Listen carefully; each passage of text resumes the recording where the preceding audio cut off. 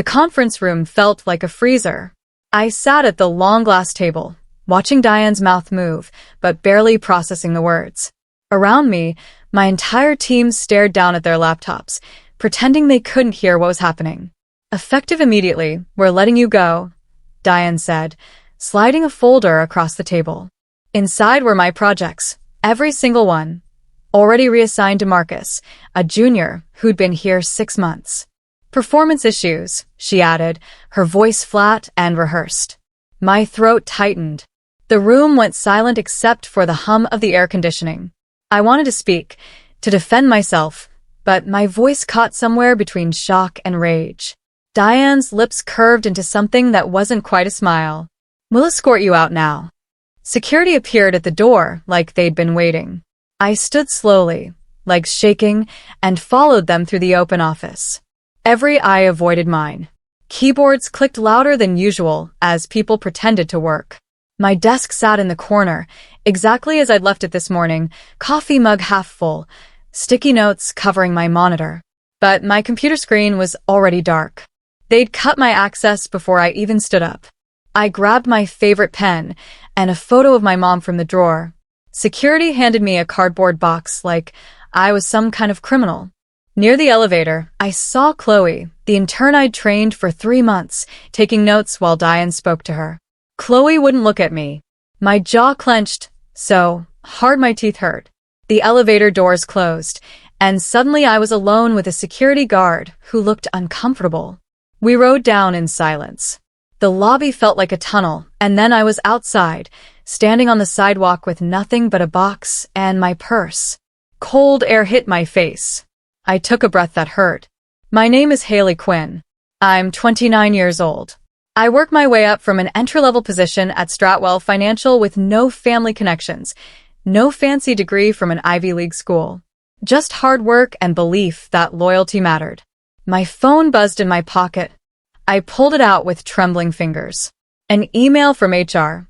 Exit documentation. I stared at it until the screen blurred. 6 months ago, Diane walked into our branch like she owned the place. She had that polished look, expensive blazer, perfect hair, confidence that felt more like arrogance. Within a week, she'd singled out Marcus, a smooth-talking new hire who spent more time flattering her than working. I remember the first time she dismissed my client insight in a meeting.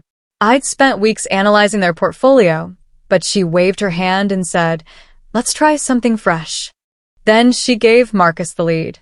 I told myself it was just her management style, that I needed to prove myself harder. I was so stupid. At the monthly review, Marcus presented my analysis, word for word, and Diane clapped. "Excellent work, Marcus," she said, while I sat there frozen. Nobody corrected her. After that meeting, I started keeping records. I forwarded myself every approval email, every project timeline, every client call summary. I didn't tell anyone. I just quietly built a paper trail. Diane kept moving the goalposts. 1 month, she wanted aggressive growth. The next, she wanted conservative strategies. When I delivered what she asked for, she'd change the metrics and call my work subpar. I noticed other things too.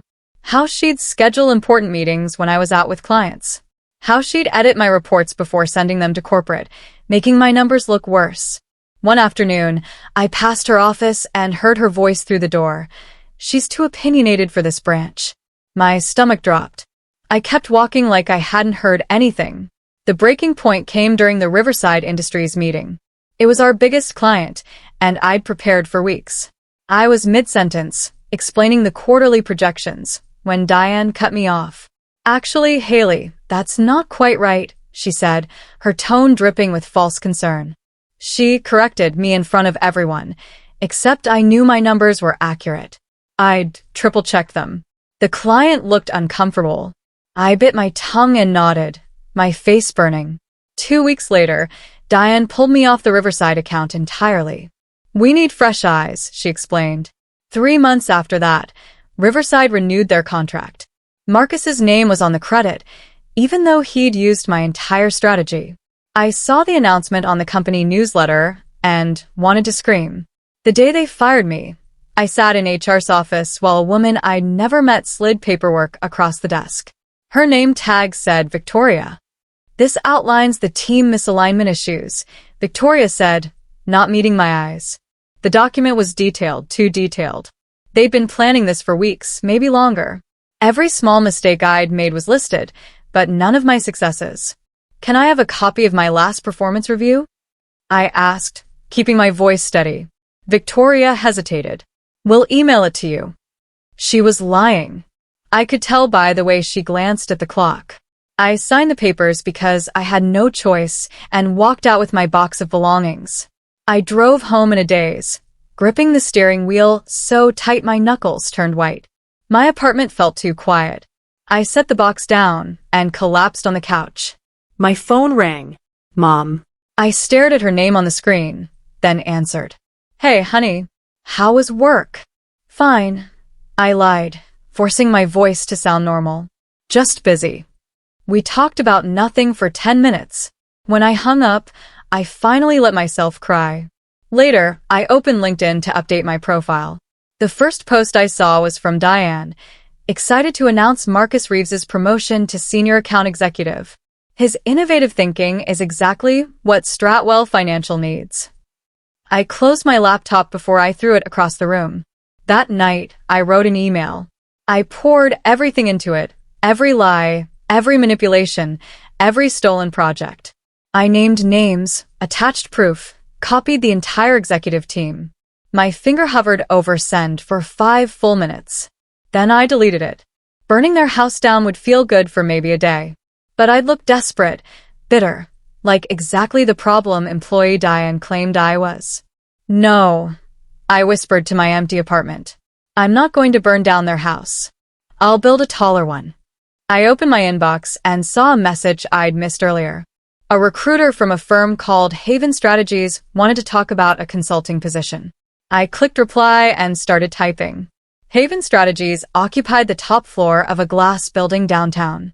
The director, Marcia Chen, had silver-streaked hair and sharp eyes that seemed to read right through me. We help struggling branches restructure and recover, she explained.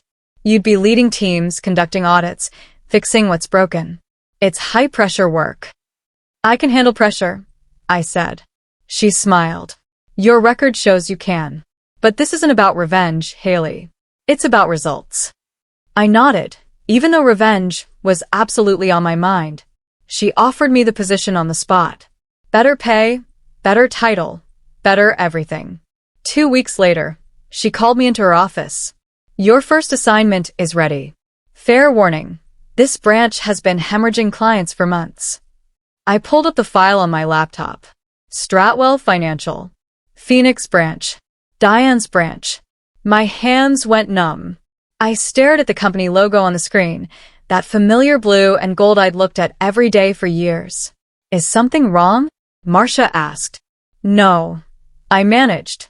I know this company well. Good. You'll lead the team. Full authority to audit, restructure, recommend terminations if necessary. Think you can handle it? I met her eyes. Absolutely. She smiled. Perfect. You start Monday. I drove home feeling like I was floating. The universe had just handed me exactly what I needed. Not revenge. Justice. When I got home, I pulled out every document I'd saved, every email, every record. I organized them into folders, color-coded and cross-referenced. By midnight, I had a roadmap. By dawn, I was ready. Monday morning, I stood in the lobby of Stratwell Financial wearing my best suit and carrying a leather briefcase. The receptionist, Amy, glanced up and her eyes went wide. Haley? Amy, I said, keeping my voice professional. I'm here from Haven Strategies. External consultant. She stammered something about signing in. My badge said lead consultant in bold letters. I walked past the security desk where they'd once escorted me out, taking the elevator to the 3rd floor. My heart hammered against my ribs. The doors opened. Diane's nameplate still gleamed on her office wall. Then she stepped out, holding a coffee, and froze mid-sip when she saw me. For 3 perfect seconds, neither of us moved. Diane recovered fast, painting on her fake smile. Haley, Well, this is unexpected. Her voice had that corporate-friendly tone that made my skin crawl. You requested our services, I said simply. I'm here to help. How professional of you. She set her coffee down, fingers tight around the mug. I'm sure we'll find your insights valuable. But her eyes said something else entirely. They said, you don't belong here. I smiled back. I'll need access to all departmental files, client records, and performance reviews. My team will set up in conference room B. Diane's jaw tightened. Of course. As I walked past, I heard her whisper to Marcus, who'd appeared behind her. Make sure she doesn't touch my data. I pretended not to hear, but I heard everything. My team consisted of 2 financial analysts, Troy and Keisha, and a data specialist. We spread out across conference room B with laptops and legal pads, pulling everything from the server. Within 2 hours, I found the first discrepancy. A client report with altered numbers, small changes but deliberate ones. Pull the originals from the backup server, I told Troy. By lunch, we had a pattern. Someone had been systematically editing reports to inflate performance metrics. All the changes traced back to one account, Diane's. I photographed every screen, saved every file, built a timeline. Keisha looked up. Haley, this is. Document everything. I interrupted quietly. Triple-check every source. We present facts, not accusations. A board audit was scheduled for 3 weeks. I'd present the findings then. Diane didn't know it yet, but she'd built her own trap. Over the next week, Diane started unraveling. She'd appear in conference room B randomly, asking overly casual questions. Finding everything okay? Her laugh sounded too loud. In meetings, she interrupted me constantly, trying to reassert control. But I never reacted. I stayed calm, cited data, and moved forward. It drove her crazy. One afternoon, Marcus appeared at my temporary desk. She's worried you're going to ruin her, he said quietly. I looked up. I'm here to fix the branch, Marcus.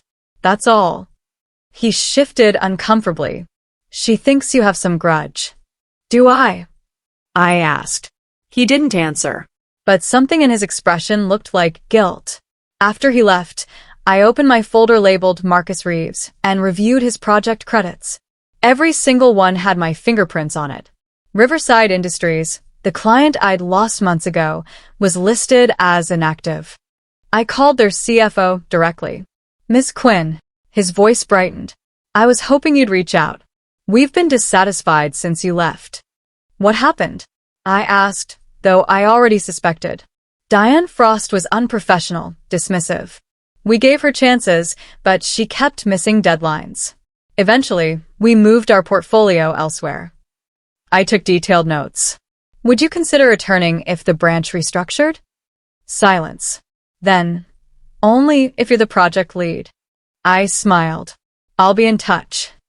When I hung up, I updated the recovery plan. Riverside's potential return would mean millions in revenue. But only if Diane was gone. The board would care about that. Word spread fast that Haven Strategies was making progress. The regional director, a man named Wallace, sent me a personal email asking for updates. I replied professionally, outlining recoveries without naming names yet. But Diane noticed. She started appearing at my meetings uninvited, trying to claim credit for improvements she'd already initiated. I let her. Every word she spoke was recorded in meeting minutes. Every claim was time-stamped. She was building a paper trail she didn't even realize existed. Keisha whispered after one meeting, she's making it worse for herself. I know, I said, and I felt nothing but calm satisfaction. 2 weeks before the board audit, I made a calculated move. I invited Diane to participate in final prep meetings, asking her to verify certain data points. She jumped at the chance to look involved. She even edited some files again, correcting numbers to make her metrics look better. Troy flagged it immediately. She just altered approved reports. Time-stamped, I asked. Down to the second. IT logs everything. I saved the evidence in 3 separate locations. When Diane smiled at me after the meeting, confident she'd regained control, I smiled back. She had no idea she'd just handed me everything I needed. The night before the presentation, I sat in my hotel room overlooking the city lights. I'd worked 16-hour days for 3 weeks straight, cross-referencing data until my eyes burned. But I wasn't tired. I was focused. I thought about the day security walked me out, how small I'd felt, how Diane's smirk had burned into my memory. "You wanted me gone," I whispered to the window. "But you built the stage for my comeback." My phone buzzed. A message from Marcia. Board moved the presentation up. "Tomorrow morning, 9 a.m. I smiled. Perfect. I opened my laptop and reviewed the slides one last time. Every fact was airtight. Every source was verified. Tomorrow, the truth will speak for itself. The boardroom was massive. Walnut table, leather chairs, floor-to-ceiling windows. 8 executives sat waiting, including Wallace and the company president. Diane stood at the front, introducing me with false warmth. "Haley has been helpful during this process." She made it sound like I'd been taking notes while she did the real work. I connected my laptop to the projector. Thank you, Diane. Let's begin. The first slides outlined client losses, missed deadlines, and altered performance metrics. I kept my voice steady, factual, emotionless. "These discrepancies originated from unauthorized report modifications," I said. A slide appeared showing Diane's login credentials, timestamps, and the exact changes she'd made. The room went silent. Diane's face was drained of color. "This slide shows edits made 2 weeks ago," I continued, while recovery efforts were underway. Diane stood abruptly. "There must be some miscommunication." "These are server logs," I interrupted gently. "Verified by IT." The board chair, an older woman with steel gray hair, leaned forward. "Miss Frost, you altered official reports?" "I was streamlining data. You falsified performance metrics." The chair's voice was ice. Diane stammered, her mask cracking completely. Her hands shook. "I was trying to help." "Miss Frost," the chair said. "Please step outside." Security appeared at the door. Diane's eyes met mine for 1 second, shocked, betrayed, furious. I looked back at her with nothing but calm. She left the room, and the door clicked shut behind her. After Diane's exit, the room exhaled collectively. The board reviewed my recovery plan, client returns, restructuring proposals, new leadership recommendations. "This is exceptional work," Wallace said. The chair nodded. "Ms. Quinn, would you consider a long-term consulting partnership with Stratwell?" I paused, feeling the weight of the moment. "Let's discuss it after the branch stabilizes." They smiled. That was as good as a yes. As the meeting ended, executives shook my hand, thanked me, asked for my direct contact.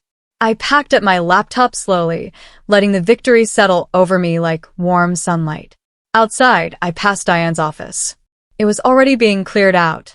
News spread through the branch like wildfire. Within hours, everyone knew. Diane's leadership license was suspended pending investigation. Marcus resigned quietly the next morning, slipping out through a side exit. Employees I'd never spoken to approached me in the halls. "You handled that with real class," one said. Another whispered, "She had it coming." I didn't respond to gossip.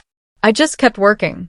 A week later, a sealed envelope appeared on my desk. Inside was Diane's official termination notice, copied to me as the lead consultant. I filed it away without reading it twice. It wasn't about revenge anymore. It was about moving forward.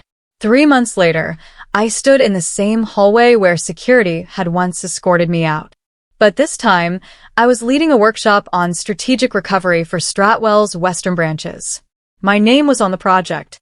My strategies were being implemented company-wide. I walked past my old desk.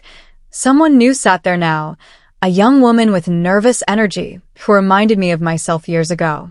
I didn't feel bitterness. I felt free. The past didn't own me anymore. Diane didn't own me. The humiliation didn't own me. I walked into the conference room where executives waited, ready to hear my next proposal. This was my life now. Not revenge. Just excellence. Months later, I stood outside Stratwell's building one last time before heading to my next assignment. Sunlight warmed my face. The city hummed with life around me. I thought about that day in the cold, holding a cardboard box and feeling like my world had ended. But it hadn't ended. It had redirected. Diane thought firing me would erase me. Instead, she forced me to become someone stronger, sharper, unstoppable. I didn't need to burn down their house. I built something better and walked back through the front door when they needed me most. As I headed toward my car, my phone buzzed with a new consulting request. I smiled and answered it. Revenge isn't always loud. Sometimes it walks back in through the front door with a consultant badge and a plan.